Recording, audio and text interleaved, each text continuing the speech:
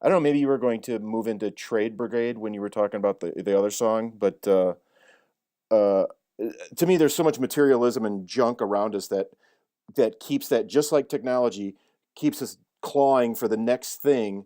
And wow, you wrote about it, and I think it's about really about not caving into it, right? Yeah, exactly. And I think you're going to probably see more and more people as time go on, because I know I'm not the first to write on that subject. I mean, materialism has always been kind of something that's been written about in kind of the punk ethos and anti-materialism, and I can't necessarily say I live by an anti-materialism lifestyle by any means, but I think more and more people are feeling that sense of disconnect, even though you're always connected, if you catch my drift. So let me jump back to Snakeskin because I did sort of move forward. Snakeskin was written about needing to do things sometimes that you don't want to do in order to survive, in order to move forward. And it's debatable as to what those things are, whether it's, a good thing or a bad thing. But regardless, sometimes in order for us to kind of, especially when we're in kind of a turmoil state of mind, or even in a physical aspect, you have to do things maybe that you don't want to do to get out of that situation and to move forward. And that song was, I guess I should step back. Have you ever seen the show Man vs. Wild? Just know it's out there. I haven't watched it. Okay. So the story behind Snakeskin is that the main guy from Man vs. Wild, Bear Grylls, he goes out every episode, and they lodge him in some remote destination, and he has to kind of use his survival tactics. He's like some kind of like UK Navy SEAL or former Navy SEAL or whatnot. And so he in the show shows what he does in order to get through, whether he needs to find water or food or shelter, and he's in these really uh, you know really dangerous settings to where a normal person like you or I would last about 10 minutes in before we get eaten alive by some beetle that you've never heard of before. But there's a specific episode that as soon as I saw the episode, I was like, shit, I'm going to write a song about this because I just thought it was so cool. And what it was there was an episode where Bear Grylls is he's in the desert. I can't remember which desert he was in, but he's walking through the desert and he knows he's running out of water. He knows at a certain point he will not have any more fresh water. And so when he encounters this rattlesnake, I think it was rattlesnake, it was some kind of scary snake. He knows how to kill these things. Like, I just stand still and let it bite me probably. But he has a way to attack them. And what he does, he kills them, he chops their head off, buries the head, typically will flush out the meat, cook it up or whatnot. Well, he saves the skin on this guy, and what he does is he pees in it. He actually pisses in the skin, and by doing that, he ties up from the other end from where he chopped the head off. He'll tie it up and he'll put this. It's basically like he's refilling the skin up with fluid and wraps it around his neck and keeps marching on. And at that very last moment when he absolutely needs that little bit of hydration, and though drinking your own piss is not recommended, you can do it in order to survive, and that's what he does. He takes this and he's kind of gagging while he does it, but it's not something glamorous. But he unties the snake skin and then just shoots it down, and was just enough fluid for him to get to the neighboring town where he could finally get shelter. And he always ends up at some village or something, and that's the end of each episode. But I just thought, God, how cool. I mean, really, to put yourself in a situation like that where you're willing to go up against all odds and really push to, um, I don't know, I mean, really put yourself out there and risk everything. And at the same time, it's worth the risk, let's say. Um, you know, I feel like a lot of times in life we get challenged with those situations, and um, it's kind of like I don't know. I mean, I want to be inspired by these kinds of stories or these kinds of situations to where I'm motivated to do the things that I might not want to do in order to push forward, um, and to do it in an honest way. Because I think there's a lot of people that also can get selfish with it and do things to put themselves ahead of others. But I've been thinking about it more and more, especially as I start a family, and I know there's going to be a lot of times where I'm going to have to put myself last, um, in order to move forward. I have to put other people first. Um, and I know it'll be worth it, but it'll be changed, it'll be hard, it'll be something I'm not used to, and different challenges like that. I think as time goes on, we all get those kind of trials, and it's going to be up to us to decide whether or not we decide to move forward or not even move back, to stay where we are and drown in that. Yeah, I don't know if it's going to be hard for you because you seem like a gracious guy, and with me who I have kids, and when I've made myself last, I got to tell you, it's a beautiful feeling. You know what I mean? It's not even like a choice anymore. Where maybe when I was in your shoes, I'd go, wait a minute, do what do I want? What am I going to lose? But now, once I have kids, it's like, wow, everything is so much better, and I am last in many things, and I love it. I mean, it's you seem like that guy. So again, where right now it might seem like it might be a bigger deal, but I don't think so for you. Thank you. Yeah, and I mean, I don't think the in snakeskin it really deviates from that idea the whole time. I mean, you actually kind of have to know the story in order to get all the lyrics, because I do say, take a drink from snakeskin, endure the taste that keeps you breathing. And so that is a direct reference to what Bear Grylls does. He actually has to drink from the snake skin, because if not, he's not going anywhere. He's going to stay right where he is, and he's going to burn in the sun. Um, so it was a lot of fun writing that song too. To watch some crazy guy on TV and fun.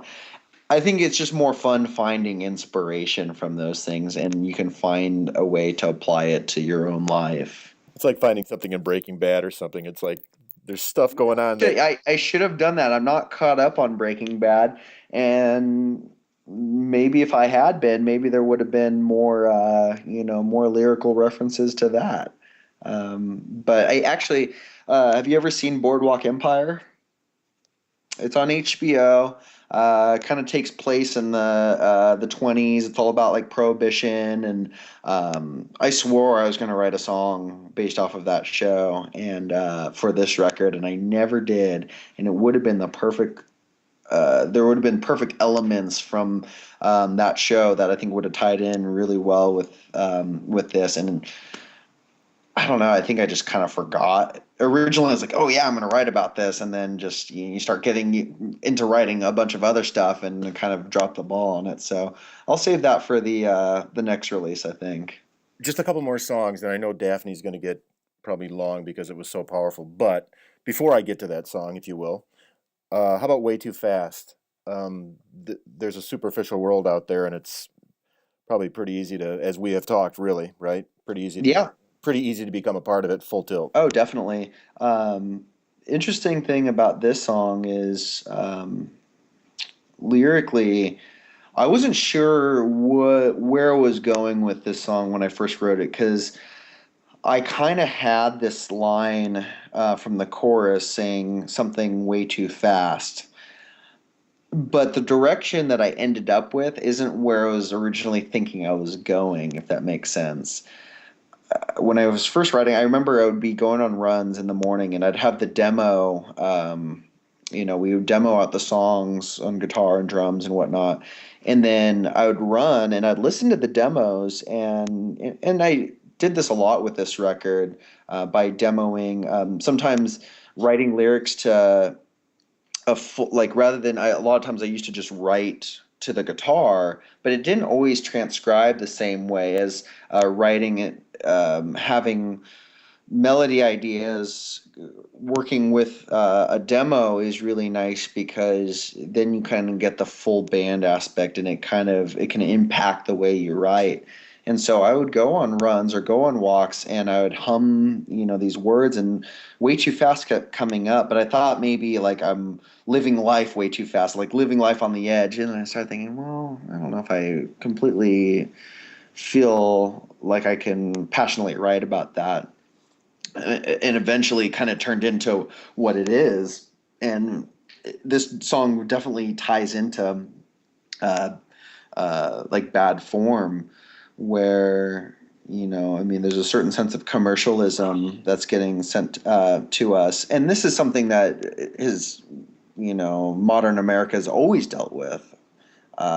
Is there's always shit that's being advertised to us. We have billboards everywhere. There's billboards and we don't even know it, on our phones, on our TVs, in magazines, everything. Everything's a billboard. And we're made to feel like we need to keep up with these things. And that's marketing. I mean, it is. And a lot of successful marketing will make you feel like you need to. And I mean, part of my job is I help market wine. So I So mean, you get it, right? You know that you're being sold. I understand it and I understand both sides of it. But I'm playing victim here, lyrically, because I just feel like sometimes some of the crap that we're being marketed with is crap. It's stuff that is not meant to last. It's just meant to tease you for a little bit so you buy into it. And by the time you buy into it, you're already it's already obsolete. You're already out of date. You need to catch back up. And in doing that, you're kind of um, getting wrapped into that sense of overspending and over indulging, and maxing yourself out. And that was kind of the real premise of it. By the time we deal into these things, we're being maxed out. We can't catch up. There's no way.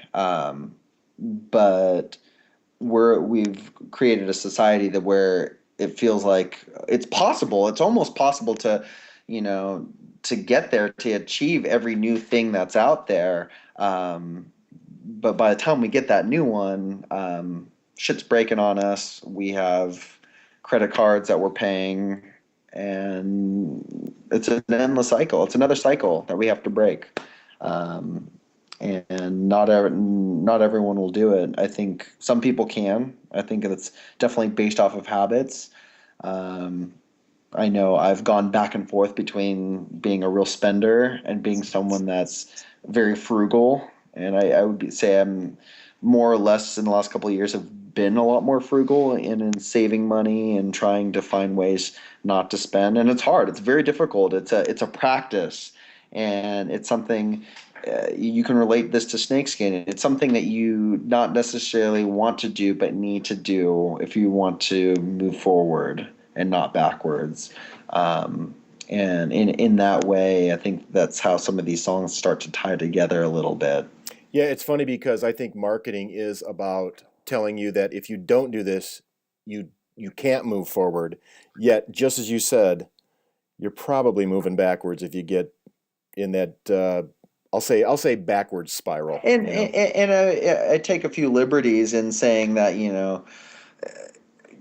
some of this obviously you have to take with a grain of salt. I mean, it's not like you're gonna just never buy anything and be a hermit for the rest of your life. But I think people understand that. I think it's what I'm talking about is just that overall sense of as a whole, our society is made up of these sensations, these billboards that make us feel a certain way and make us feel inadequate without them. So I just think it's things to think about, at least. Not necessarily say you have to change the way you live your life, but I, I'd like people to think about, the reasons why they do the things that they do a little bit more, including myself. Well, hence the conversation we had about the attraction of living off the grid, right? I mean, Exactly. I'm finding more and more is in this life, less is more. Um, and not, that's not, I can't always say that about everything, but uh, if I can find an hour, of time where I can just not do anything, and it's a rarity. I wish I could pay to have an extra hour in the day where I can just disconnect from it all. And that's not always the case. Sometimes you have to go 24/7, in order to just stay afloat. But part of that ties into, where everything's made to be convenient. And with convenience, everything is expected to happen a lot quicker. And if things are going to happen quicker, that means there's more time to do more things. Um, and I know that's one thing I've struggled with the last few years is I do too much. I feel like sometimes I plan too many things out. I can't tell you when the next weekend I have where I don't have anything going on. I mean, whether it be because of, and there are a lot of things that I like to do. It's not that I'm just doing things that make me miserable, but there's not enough rest sometimes. Um, we have shows coming up this weekend in Southern California. I'm gonna have a blast. The following weekend, I have work up in San Francisco. It's gonna be awesome. In between, I have work, and then after that, there's a wedding. Then there's this, that, and the other thing. So it just astonishes me how sometimes people say, "God, I'm bored," and say, "Oh man, I would trade with you for a minute." But I think people can relate to that, though. let me just say the two I want to talk about hit me in the middle of the heart, I guess, because the idea in Who's to Know about how fragile we all are. And I also got the sense of from that song that you there's a blessing about it too, if Yes. that's the right word. No, it is. There's a certain beauty that resides obviously within, or maybe it's not obvious. Maybe it's not. But there's a certain beauty that exists outside of all the complicated lifestyles that we live through.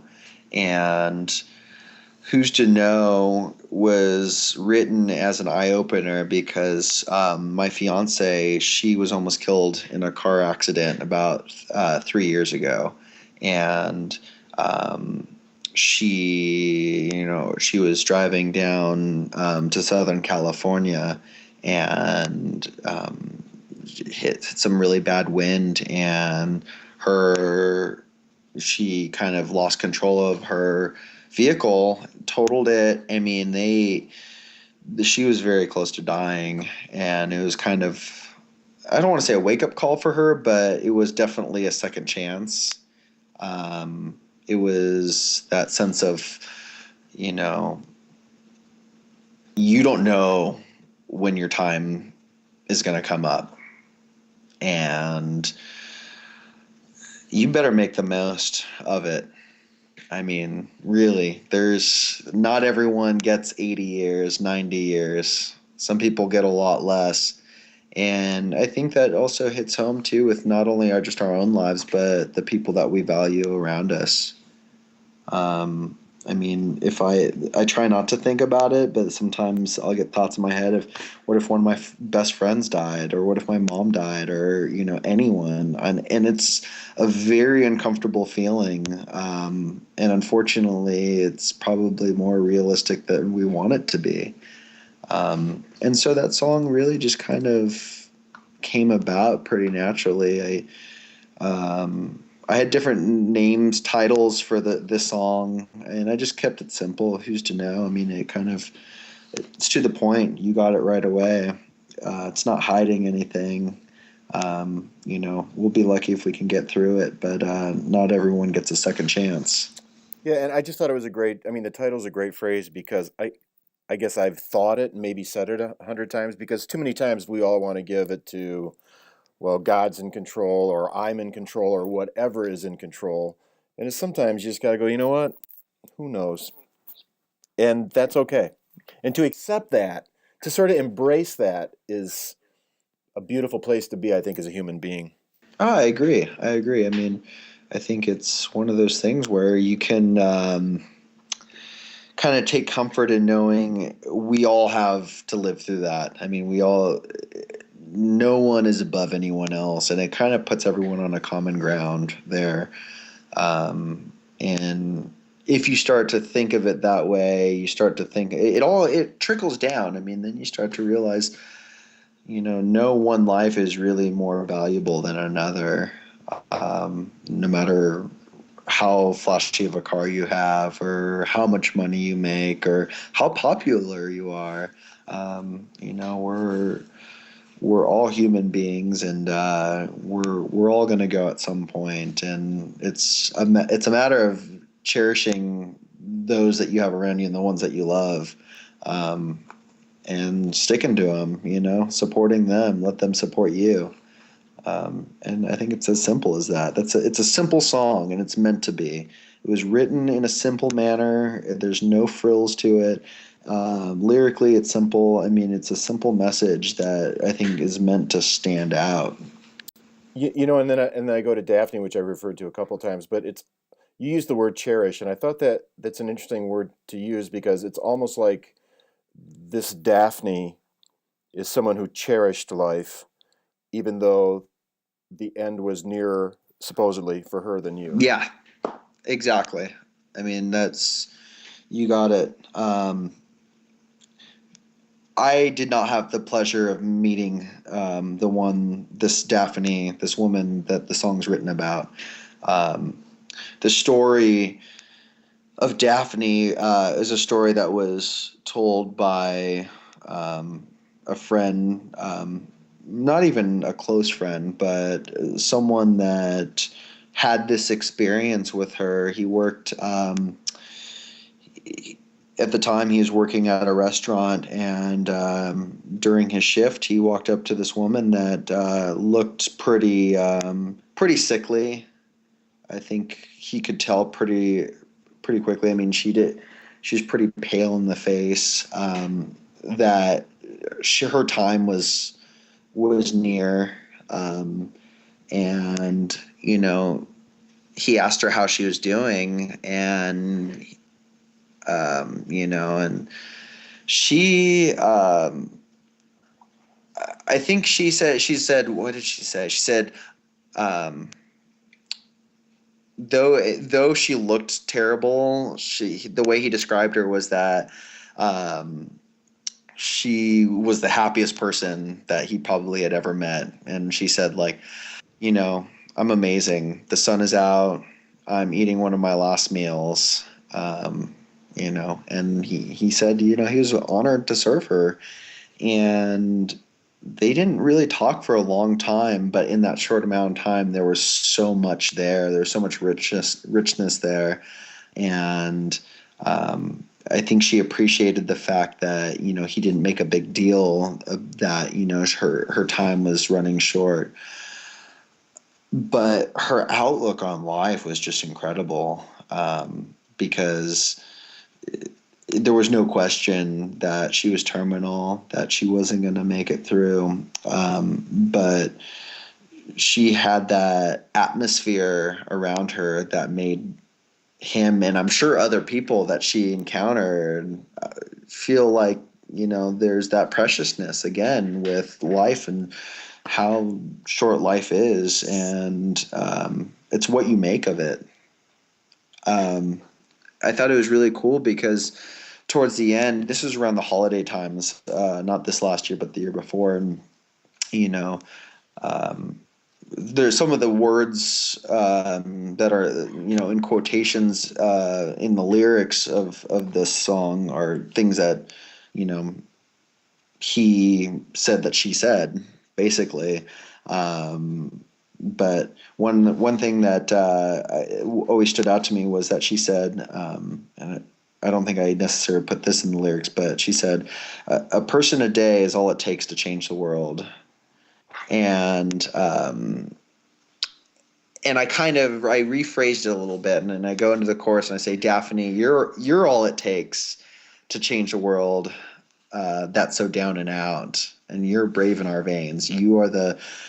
She's the epitome of the attitude that it takes to make this world a better place. Not everyone possesses that, and it doesn't come naturally. Sometimes you have to work to have that kind of outlook. But those positive outlooks on such negative and grave situations, I think, are really pretty incredible. And it was probably one of the honestly, it was an honor to write a song about her, and I wish I could have met her. And the song is most definitely dedicated to her. And it was really cool too, because at the end, my friend, after she left, she left a card there for him. And in the card, he opened it up and he like kind of was shocked. And there was a $50 bill inside.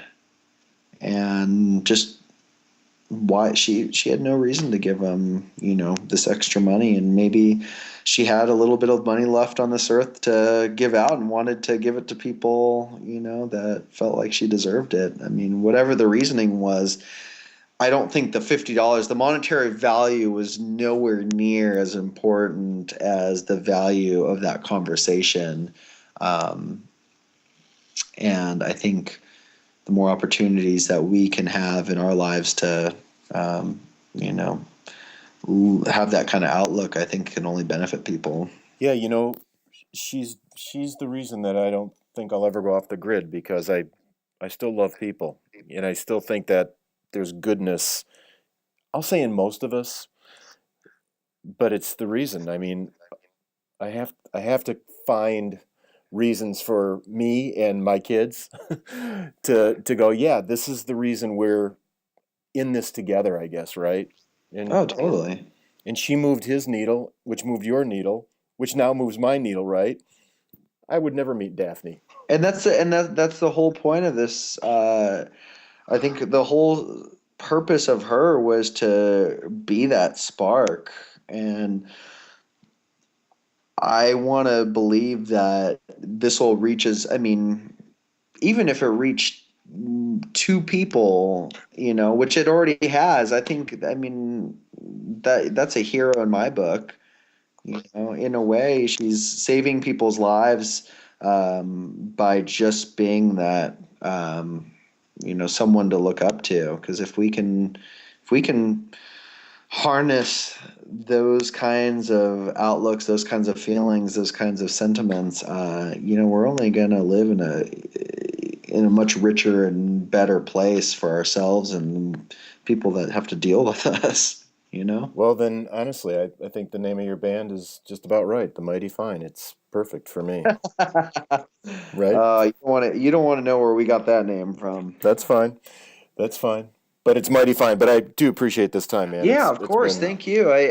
so good. It's cool. I mean, there's times where we get to, people ask us about what this song's about, this and that, but it's always different when you're typing it out. It's not as personal as you having a conversation, and people that are truly engaged in wanting to know and have some insight as well about the lyrics.